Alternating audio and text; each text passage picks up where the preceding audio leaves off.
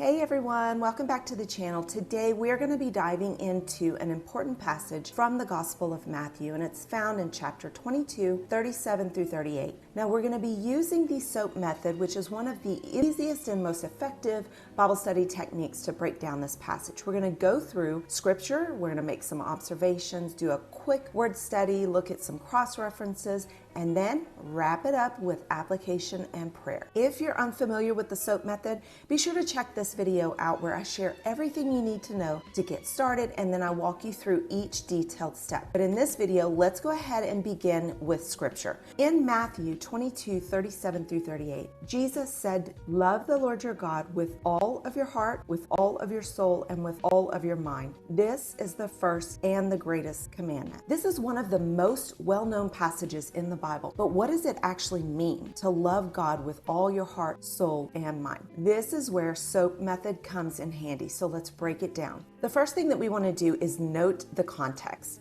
Now this is happening during the Holy Week. It's the day after Jesus' triumphant entry into Jerusalem and the cleansing of the temple. The religious leaders were not only trying to challenge Jesus in this verse, but they were also trying to trap him in what he said in order to bring charges against him. Now in this verse, an expert of the law has approached Jesus with a question to test him. And his question was, what is the greatest commandment in the law? And this is where our verse picks up with Jesus' response. Something interesting that I noticed in looking at the context around that verse is that Jesus not only answered the question, but he also expanded on the meaning. So the first thing I noticed is that the expert in the law asked Jesus what the greatest commandment was. Jesus responded by saying that the greatest and first, or the most important, ranks above everything else is loving God. You see, for many of these religious leaders, loving the law had become priority over loving God. They loved to study the law, they loved to debate the law, and they certainly loved to enforce the law. But loving God was not most important. Their priorities were completely out of order. Another thing I noticed was that Jesus didn't just respond with the love of God. He added a bonus, if you will. He said, love your neighbor as yourself. Our love for others comes from our deep love for God, something that these religious leaders had forgotten and failed to do. And then the last thing that I want to note about the context is that the expert in the law asked Jesus about the law, but Jesus again added that all of the law and the prophets are dependent upon these two commandments. Prophets, many of which Jesus said had been killed in Jerusalem. So he isn't just addressing the law, he is including the prophets' teachings. Next, let's move on to observation. What do we notice about this passage? Well, first of all, Jesus is quoting this from an Old Testament verse, specifically Deuteronomy 6:5. So this wasn't a new command. It's a timeless command that has not changed. Another thing that I noticed is the number of times that all is repeated. It's love the Lord your God with all your heart, with all your soul, with all your mind. So I've circled those. This isn't just some of your heart or some of your mind or some of your soul. It's a wholehearted, holistic approach. We also want to notice the three key areas that Jesus lists: heart, soul, and mind. Not just the list itself, but also the order in which it's listed. It all begins with heart. The heart is the seat of all physical life. It's the center of all of our spiritual life. It's the fountain from which thoughts, passions, desires, appetites, affections, everything flows. It's also the seat of our intelligence, our will, and character. If you want a more detailed look at the heart, you can check out this video where I walk you through doing a Bible word study on the Greek word for heart. Let's take a really quick look at the other two components found in this verse. The word soul comes from the Greek word psyche, which is where we also get our word for psyche. Now this is the breath of life. It's the seat of our feelings, our desires, our affections. Our soul was designed for everlasting life, so it's not dissolved by death. And the last component is our mind.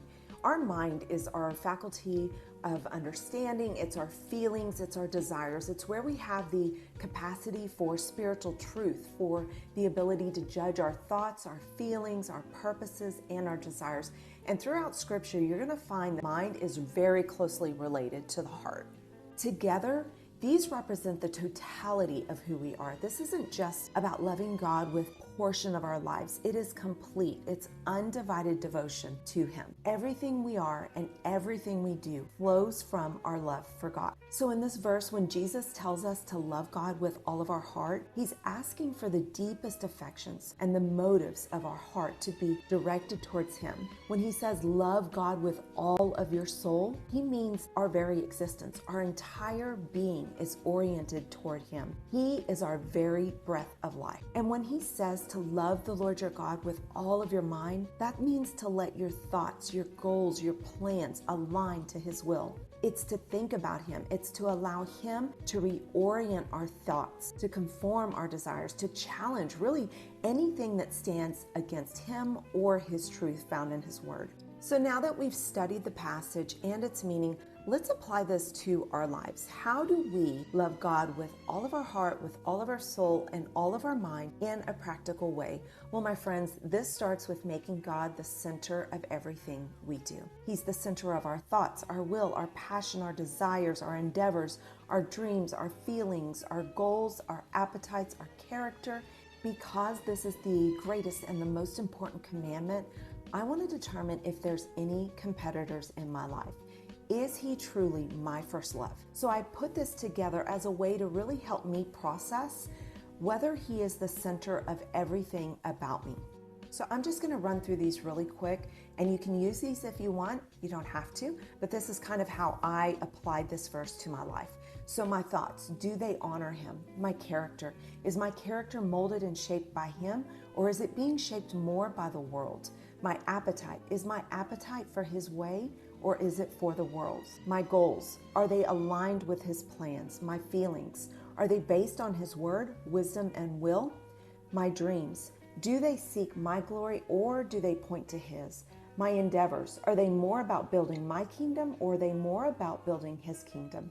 My desires, are my desires being led by my flesh or by His Spirit? My passion, am I as passionate about Him as I am about other things? And I think this is probably where I would actually start, because the way that we pursue Him, the passion that we pursue Him with, that says everything about the value that we place on Him. And then will. Is it His will be done, or do I try to make it my will be done?